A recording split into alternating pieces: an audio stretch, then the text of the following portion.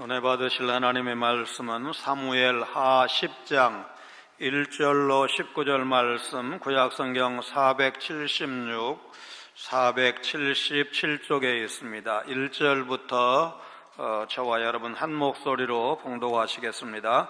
그 후에 암몬 자손의 왕이 죽고 그의 아들 한운이 대신하여 왕이 되니 다윗이 이르되 내가 나하스의 아들 한운에게 은총을 베풀되 그의 아버지가 내게 은총을 베푼 것 같이 하리라 하고, 다윗이 그의 신하들을 보내 그의 아버지를 초상하라 하니라. 다윗의 신하들이 암몬 자손의 땅에 이르매 암몬 자손의 관리들이 그들의 주 한운에게 말하되, 왕은 다윗이 조객을 당신에게 보낸 것이 왕의 아버지를 공경함인 줄로 여기시나이까?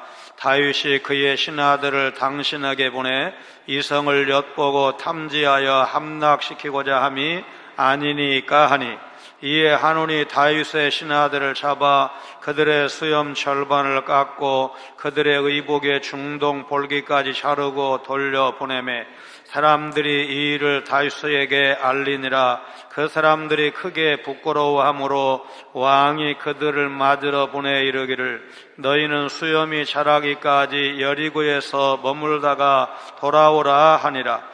암몬 자손들이 자기들이 다윗에게 미움이 된 줄 알고 암몬 자손들이 사람을 보내 벳루업 아람 사람과 소바 아람 사람의 포병 2만 명과 마아가 왕과 그의 사람 1,000명과 톱 사람 12,000명을 고용한지라. 다윗이 듣고 요압과 용사의 온 무리를 보내매 암몬 자손은 나와서 성문 어귀에 진을 쳤고 소바와 르홉 아람 사람과 톱과 마아가 사람들은 따로 들에 있더라.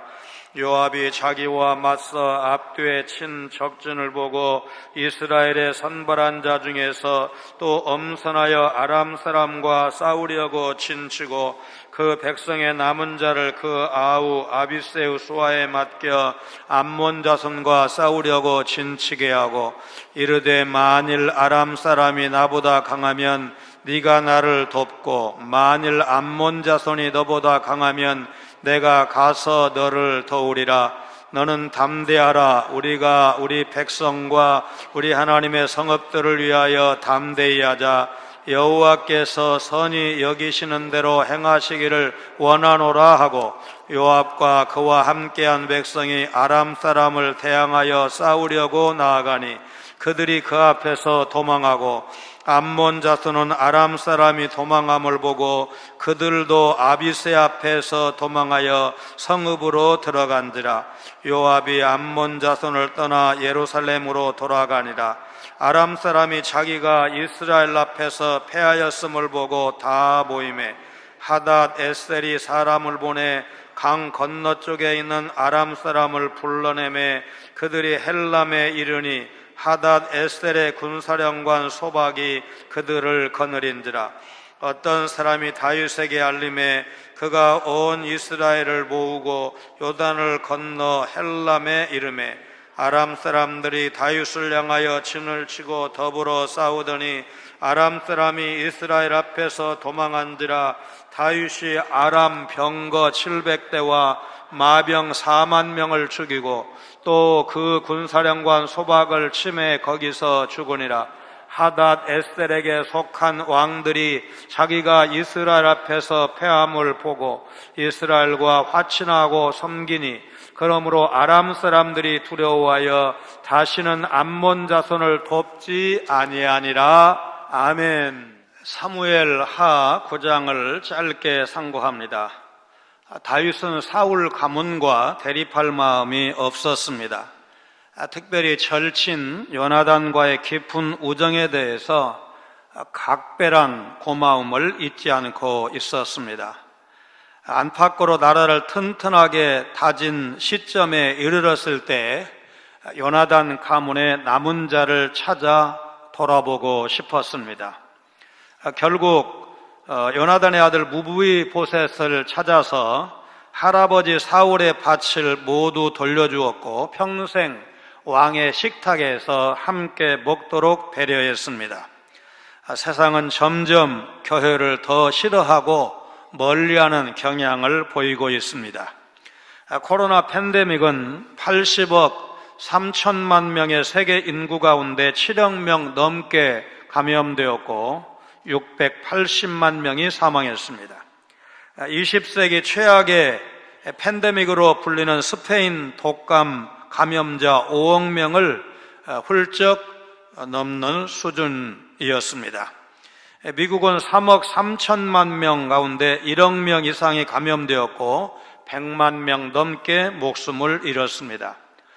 우리 한국은 인구 밀도가 높아서 그런지 전 국민의 60%가 넘는 3,100만 명 이상 감염되었고, 그러나 높은 의료 기술과 효과적인 방역 정책으로 세계에서 가장 낮은 사망률을 보였습니다. 코로나 팬데믹은 한국 교회에도 간단치 않은 과제를 안겨주었습니다. 예배 출석률 하락은 헌금 수입이 줄어서 사역이 축소될 수밖에 없었다는 정도의 문제만 안긴 것이 아닙니다. 30대, 40대가 제일 많이 이제 교회에 나오지 않고 있고, 그들의 자녀인 교회학교 학생들이 덩달아서 나오지 않아서 한국교회 생태계를 위협했다고 말해도 과언이 아닙니다. 코로나가 정점일 때 교회 예배가 마치 확진자의 진원지라도 되는 것처럼 방역당국이 과도하게 예배를 규제한 것은 교회에 대한 부정적인 인식이 더 강화되는 계기가 되었다는 사실을 구체적인 통계를 인용하지 않아도 부인할 수가 없을 것입니다. 하나님의 백성은 평화를 추구해야 합니다. 그러나 하나님의 평화를 깨뜨리는 적대 세력에 대해서는 용감하게 싸워 이김으로 평화를 지켜야 합니다. 사무엘하 10장에서 영적 전투의 원리를 깨닫고 진정한 평화를 추구하는 성도로 살아가시기를 바랍니다. 세상 사람들이 우리의 전도 대상인데 우리를 미워하고 싫어하는 바로 그 사람들을 우리가 어떻게 바라보고 대해야 할까? 이것이 우리의 고민이고 오늘의 질문입니다. 1절, 2절 다윗이 암몬으로 조문 사절을 보냅니다. 이스라엘과 우호적 관계에 있던 암몬의 나하스 왕이 죽고 그 아들 한운이 왕위를 이어받았습니다. 다윗은 한운의 아버지 나하스가 자신에게 은총을 베푼 것처럼 그 아들 한운에게 자비를 베풀겠다고 마음을 먹었습니다. 암몬 왕 나하스는 사무엘상 11장을 보면 이스라엘의 왕 사울과 싸워서 크게 패한 적이 있었습니다. 그 이후에 이 나하스의 암몬과 이스라엘 관계가 좋을 수는 없었을 것입니다. 그런데 다윗은 나하스가 자신에게 은총을 베풀었다고 말합니다.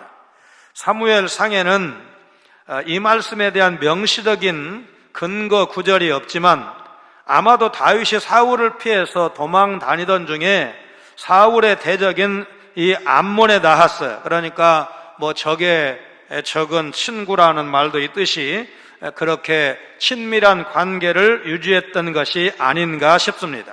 아니면 사울이 죽은 후에 그 아들 이스보셋이 유다 지파를 제외한 온 이스라엘의 왕이었을 때 유다의 왕이었던 다윗과 암몬의 나하스가 가까워지지 않았을까? 어쨌든 2절을 보면 다윗은 한운의 아버지 나하스의 죽음을 초문하는 사절단을 암몬으로 보냅니다. 다윗은 나하스와 유지했던 우호 관계를 그 아들과도 유지하고 싶었습니다. 그런데 3절로 5절을 보면 다윗이 보낸 조문 사절단이 상식밖에 수치를 당합니다. 다윗이 보낸 조문 사절단을 맞이한 암몬의 관리들은 다윗의 진심을 믿지 않았습니다. 그래서 왕에게 전하, 요즘 승승장구하는 다윗이 과연 선왕을 공경하는 마음에서 조문 사절단을 보냈겠습니까? 그러면서 다윗이 조문을 핑계로 암몬 땅을 두루 살피고 정탐한 후에 침략해 올 것이라고 그럴싸한 모함을 합니다. 신하들 말에 설득된 한우는 다윗이 보낸 조문 사절단을 붙잡아서 성인 남성의 상징인 수염 한쪽을 강제로 깎고, 옛날에는 속옷도 입지 않은 통째로 된 옷을 입었는데 그 옷을 엉덩이 부분까지 잘라서 양쪽 엉덩이가 훤히 드러나 수치스럽게 돌려보냈습니다. 이를테면 너는 남자도 아니야, 이렇게 조롱하면서 사실상 다윗에게 선전포고를 한 것입니다. 자기 딴에는 지혜라고 여겨 자신 있게 내린 판단이 나중에 화를 불러오는, 손해를 불러오는 그런 어리석은 결정인 경우가 역사적으로 흔치 않습니다. 1960년에 3월 15일 총선을 부정선거를 통해서라도 자유당 정권을 유지해야 한다고 결정한 당시의 권력 최상층부 사람들, 바로 이런 경우 아니겠습니까? 다윗이 선의로 은혜를 갚고자 한 순수한 조문사들을 암몬왕 한운과 그의 신하들은 액면 그대로 받아들이지 못했습니다. 자신은 영리해서 속지 않겠다고 보인 과도한 의심이 오히려 나중에 국가적 재앙을 불러온 역대급 미련함이 되었습니다. 한운의 음모론이 어리석었다는 것은 그 대처 방법에서도 확연하게 드러납니다.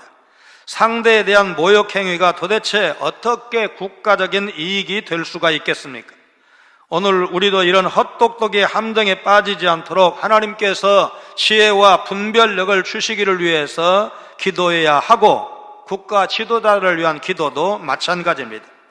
한우는 다윗의 신하들에게 큰 수치를 안겨줌으로써 이스라엘과 화친 관계를 더는 이어가지 않겠다, 적대적인 관계도 불사하겠다는 의사를 노골적으로 밝힌 것과 다름이 없게 되었습니다. 한우는 조언자들의 잘못된 충고에 귀를 기울였고 그 결과가 어떻게 되었습니까?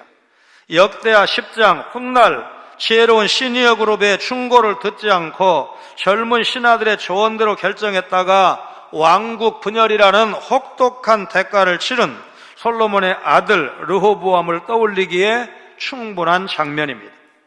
모든 소식을 전해들은 다윗은 5절을 보면 수치를 당한 신하들에게 사람을 보내서 수염이 자랄 때까지 여리고에 머물러 있다가 예루살렘으로 돌아오라고 말합니다. 조문 사절단이 충격에서 회복할 시간을 갖도록 왕으로서 배려한 것입니다. 다윗이 암몬의 나스 왕이 죽자 조문 사절을 보내 은총으로 그들을 대하려 했지만 그 아들 한우는 다윗의 뜻을 오해하고 조문 사절로 온 다윗의 신하들을 과도하게 욕보이며 부끄럽게 만드는 장면을 보면서 오늘 한국교회가 처한 상황을 생각하지 않을 수가 없습니다. 하나님이 다스리는 교회도 다윗과 같이 세상 모든 사람에게 사랑과 은총을 베풀어야 합니다. 교회는 어두운 세상에 생명을 전하는 빛과 같습니다. 마태복음 5장 16절 말씀 같이 읽습니다. 이같이 너희 빛이 사람 앞에 비치게 하여 그들로 너희 착한 행실을 보고 하늘에 계신 너희 아버지께 영광을 돌리게 하라.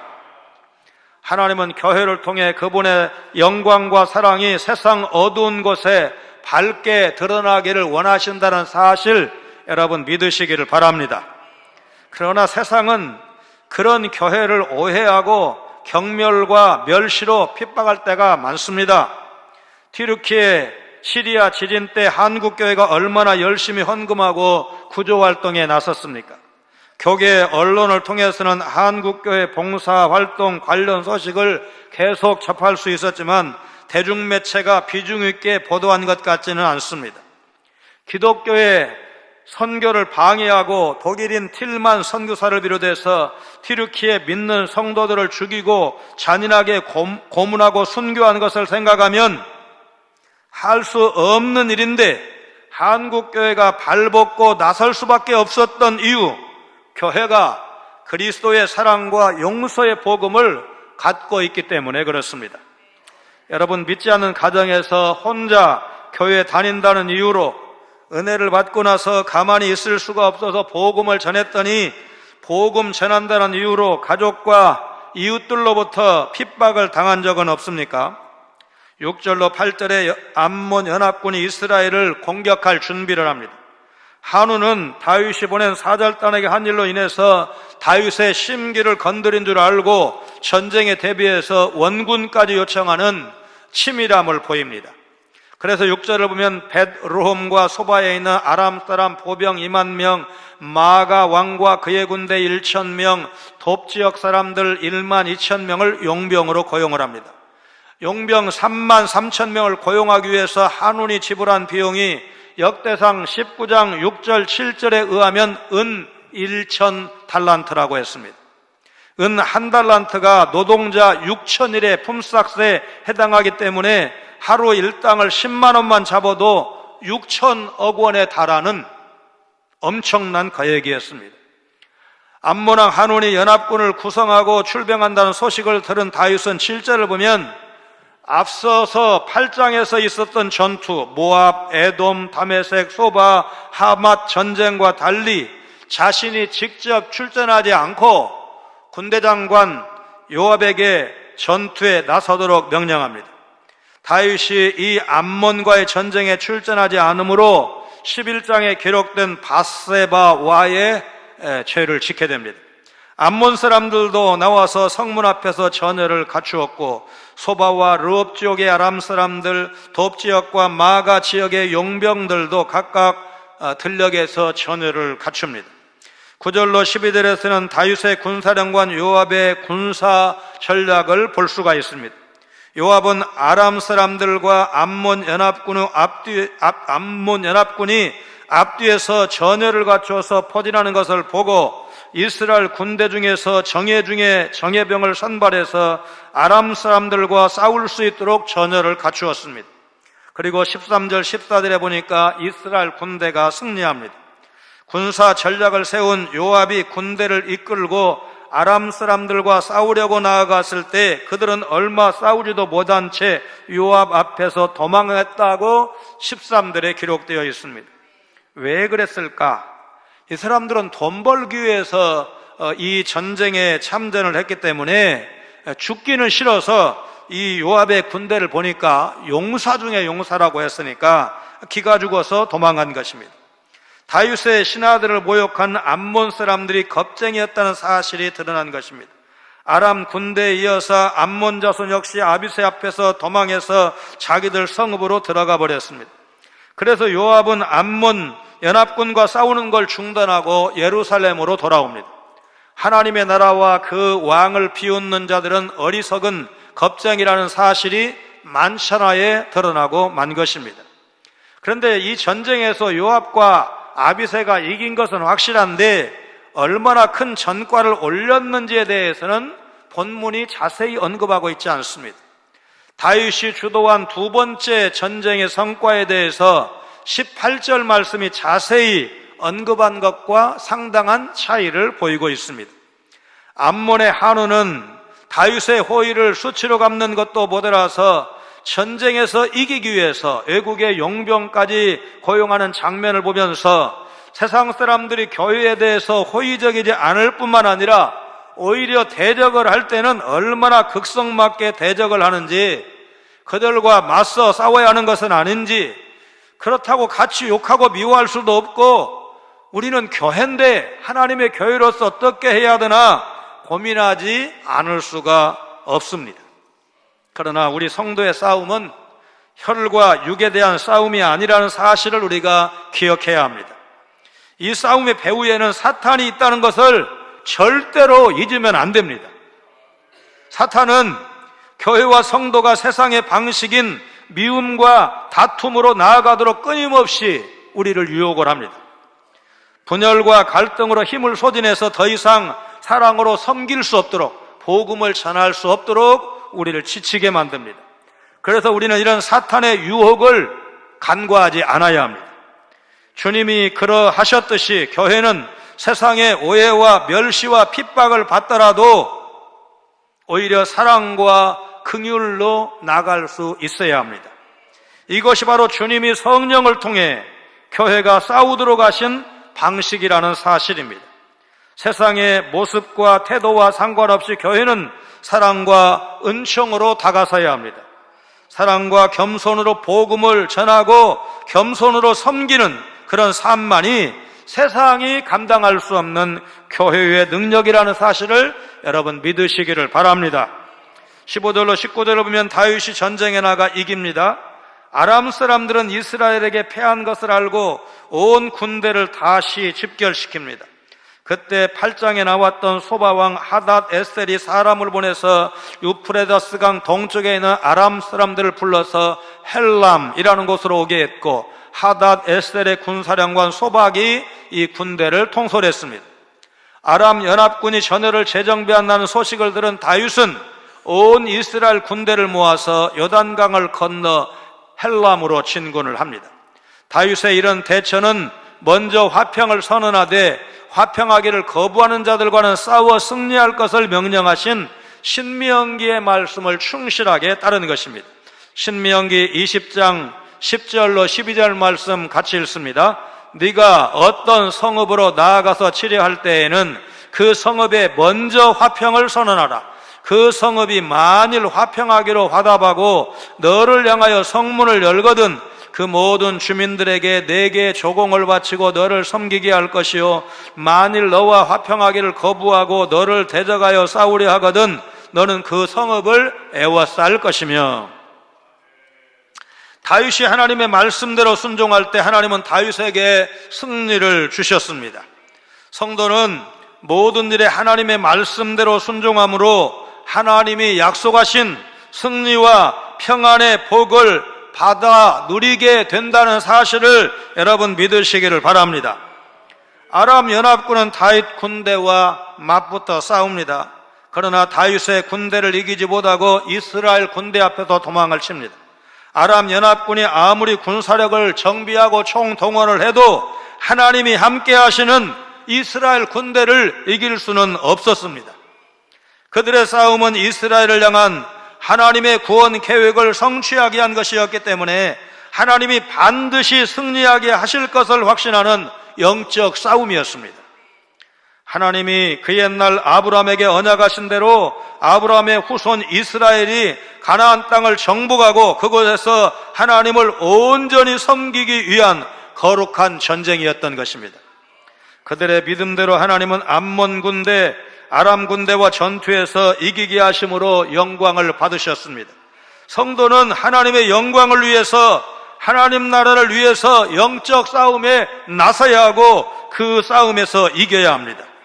다윗은 아람 군대를 쳐서 병거를 모는 700명과 기마병 4만 명과 군사령관 소박까지도 죽였습니다.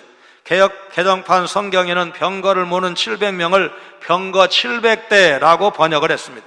하닷 에셀에게 예속되어 있던 모든 왕들은 자기들이 이스라엘 군대에게 패한 것을 알고 이스라엘과 화친 조약을 맺고 다윗을 섬겼습니다. 19절에 보니까 그 뒤로 아람 사람들은 다윗과 이스라엘을 두려워해서 다시는 암몬 사람들을 돕지 않았다고 했습니다. 성도의 영적 싸움은 그리스도께서 사망 권세를 이기고 부활하심으로 이미 승리가 결정된 싸움이라고 했습니다. 성도가 그리스도 안에 거하는 한 사탄과의 싸움은 피할 수가 없고 사탄과의 싸움이라면 질 수도 없습니다. 성도의 영적 싸움은 어떤 상황 속에서도 죄의 세력과 타협하거나 굴복하지 않고 그리스도 안에서 끝까지 믿음을 지키는 자신과의 싸움이라고 할 것입니다. 하나님은 아람과의 전면전에서 다윗의 군대가 승리를 거듭하게 하셨습니다. 아람 군대가 아무리 군사력을 많이 동원을 하고 사력을 다해 도전해 왔지만 하나님은 그들을 패배하게 하셨고 결국 다윗에게 화친을 요청하도록, 쉽게 말하면 굽히고 들어오도록 만들어 주셨습니다. 지난 시간 다윗의 절친 요나단은 자기 목숨을 건지지는 못했지만 장애인 아들 무비보셋을 살릴 준비를 미리 해놨다고 했습니다. 요즘 말로 들성부른 떡잎 같은 믿음의 사람 다윗에게 내 시대가 되어도 우리 집 잊으면 안 돼. 내가 죽고 나서도 우리 좀 가문 좀 살펴줘. 미리 보험을 잘 들어두었습니다. 그런데 나아스는 다윗에게 은총을 베풀었다는 측면에서는 요나단과 통하는 면이 있지만 아들 교육에는 실패한 사람이었습니다. 영국의 복음주의 지도자 존 스타트는 죄의 결과를 하나님으로부터의 단절, 자기 자신에게 속박, 다른 사람들과의 불화를 가져온다, 세 가지로 정리해서 설명했습니다. 나하스의 아들 한운의 몰상식한 행동 때문에 나라가 위태롭게 된 것입니다. 오늘 어린이주의를 보내는 우리에게 자녀 교육에 실패하면 가문에 위기가 오는구나, 그가 왕이면 나라가 위태롭게 되는구나 시사하는 바가 적지 않다고 생각을 합니다. 영국의 교육심리학자 허치 박사는 24개국의 어린이 10만 명을 대상으로 원하는 부모의 상을 조사한 바가 있습니다. 어린이들이 가장 많이 바라는 부모의 모습 10가지 제목만 말씀드립니다. 자녀 앞에서 싸우거나 말다툼하지 않는 모습, 거짓말하지 않는 모습, 질문에 성의 있게 대답해주는 모습, 모든 자녀를 똑같은 애정으로 대해주는 모습, 자녀의 개성을 존중해주는 모습, 꼴찌를 해도 노력을 칭찬해주는 모습, 때로는 친구처럼 지내는 모습, 친구나 동생 앞에서 꾸짖지 않고 차별하지 않는 모습, 변함없는 애정과 관심으로 대해주는 모습, 모든 면에서 자녀에게 본을 보여주는 모습. 이제 막 싹이 튼 나무와 같은 아이들, 풍성한 믿음의 열매를 기대하면서 믿음과 사랑의 양분을 충분히 주어야 할 것입니다. 하나님이 우리에게 맡기신 소중한 한 영혼인 사랑하는 자녀들을 위해서 기도하고 바르게 양육해서 하나님께 귀하게 쓰임받는 믿음의 용사가 되도록 노력하시는, 힘쓰시는 우리 부모가 되어야 할 것입니다. 이렇듯이 사탄은 하나님이 다스리시는 교회를 절대로 이길 수가 없습니다. 사탄은 이미 예수님의 십자가로 패배했고 주님이 영광 중에 재림하실 때 완전히 멸망하게 될 존재이기에 우리 성도들이 사탄을 조금도 두려워할 필요가 없는 것입니다. 하나님은 교회의 사랑과 섬김을 통해서 열방이 주님께 돌아오게 하시고 복음으로 모든 사람을 변화시키실 것입니다. 주님이 다시 오시는 그날, 열방이 주님께 엎드려 경배할 그날을 우리는 소망해야 합니다. 이것이 종말의 비전이요 교회의 비전입니다. 얼마 전에 1997년 3월에 이제 보리암 주지 박기봉 씨가 전 재산을 헌납하고 말하자면 믿음으로 마지막을 이렇게 살다가 죽었다는 얘기를 간증을 소개해드린 적이 있습니다. 부산 범화사의 이명식 승려, 젊은 승려가 이제 불교를 지키기 위해서 큰 스님의 허락을 받고 성경을 구해서 읽기 시작했습니다. 성경 통독 횟수가 늘어가면 늘어갈수록 기독교를 공격하고 싶은 마음이 점점 사라졌습니다. 이 스님이 기독교를 공격하기 위해서 성경을 열심히 연구한다는 소문이 불교 신문에까지 알려졌고, 그래서 불교 신문이 이 스님에게 원고를 청탁을 해서 글을 썼는데 한 20장쯤까지 썼을 때 나중에 하여튼 가는 대로 썼는데 읽어보니까 말하자면 성경적으로 봤을 때 불교가 얼마나 허술한 종교인들을 쓰는 그런 글을 쓴 것을 자기 스스로 발견하게 되었습니다. 결국 그 사실을 알게 된 큰 스님이 우리의 인연은 여기까지다. 그분들 인연이라는 표현을 쓰잖아요. 우리의 인연은 여기까지다. 너는 이제 하산하여라. 그래서 말하자면 절에서 쫓겨났습니다. 부산에 살 수가 없어서 서울로 오게 되었고, 이제 먹고 살 길이 막막하니까 그 교회가 말하자면 방을 좀 얻어주고 먹고 살 일을 좀 만들어줬는데 장사, 튀김 장사를 이렇게 하게 하고, 그래서 이제 장사 끝날 때쯤 가가지고 안 팔린 거 있으면 교인들이 다 사주고 이제 이런 식으로 했습니다. 그리고는 이제 스님 중에서 개종하고 목사가 된 사람들 간증을 CBS나 이런 교계 방송을 통해서 알게 되었고, 그 중에 한 분을 찾아가서 어떻게 해서 개종하게 되었고 또 목사까지 되었는지를 듣게 되었습니다. 그리고 그 목사님이 길을 열어줘서 신학교에 지나가게 되는 그런 간증입니다. 아마 이분보다 더 유명한 분은 울산대학교 이정훈 교수일 겁니다. 이분은 동국대 불교학과를 나와서 군 법사로 군 복무를 한, 그리고 서울대학교에서 박사학위를 받은 상당한 엘리트입니다. 그래서 이제 울산대학교 법대 교수가 되었는데, 이분이 텔레비전, 기독교 텔레비전을 보다가 좀 자기 고백적인 그 목사의 간증을 들으면서 혼자 있으니까 그랬대요. 놀고 있네.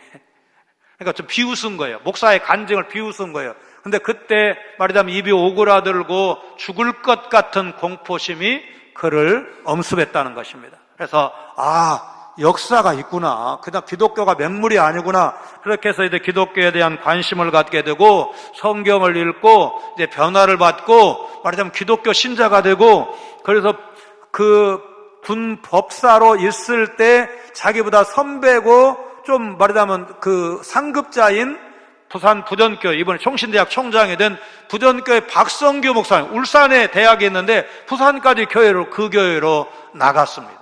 그러니까 이제 군대에 있을 때 타종교지만 엘리트다, 아주 뛰어난 목사님이다, 이렇게 인정을 했기 때문에 부산까지 그 교회를 나가고 결국은 이제 신학 공부해서 얼마 전에 목사가 되었습니다. 여러분, 이런 일련의 간증들을 통해서 뭘 우리가 생각할 수가 있습니까? 복음에는 능력이 있습니다. 성경을 읽으면 사람이 변화가 됩니다.